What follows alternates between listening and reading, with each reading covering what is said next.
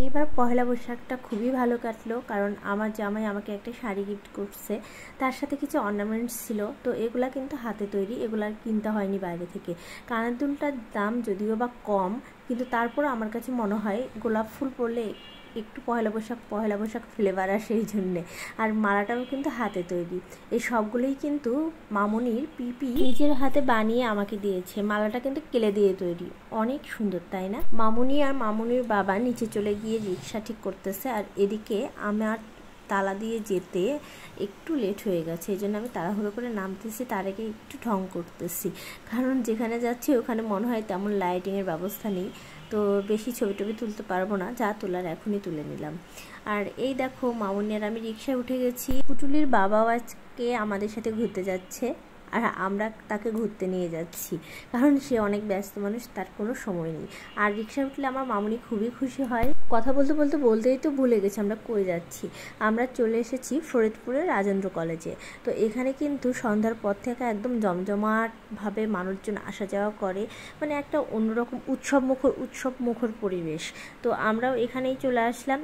অম্বিকাতেও অবশ্য অনুষ্ঠান হচ্ছিল, তবে ওইখানে অনেক ভিড় হতে পারে, যেহেতু কনসার্ট হচ্ছিল এই জন্য ওখানে যায়নি।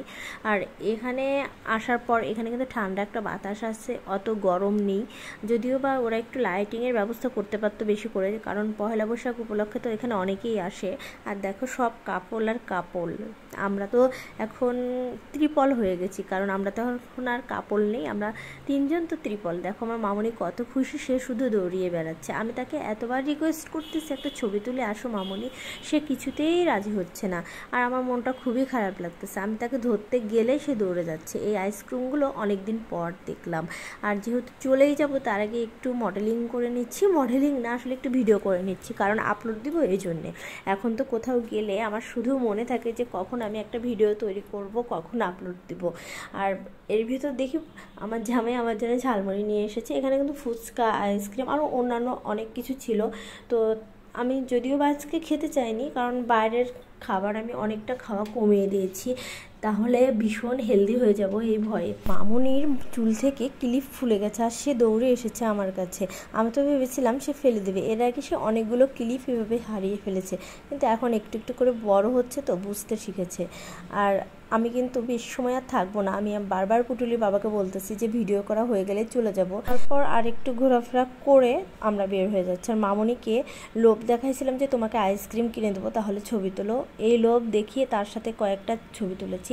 আর এখানে দেখো মামনির বাবা ম্যাঙ্গো ফ্লেভারের একটা আইসক্রিম নিল, মামনি কোন আইসক্রিম নিল, কিন্তু দুঃখের বিষয় আমার তো ভীষণ ঠান্ডা লেগেছে, আমি আইসক্রিম নিলাম না। মামনির কাছ থেকে 2 কামড় নিয়েছিলাম জোর করে।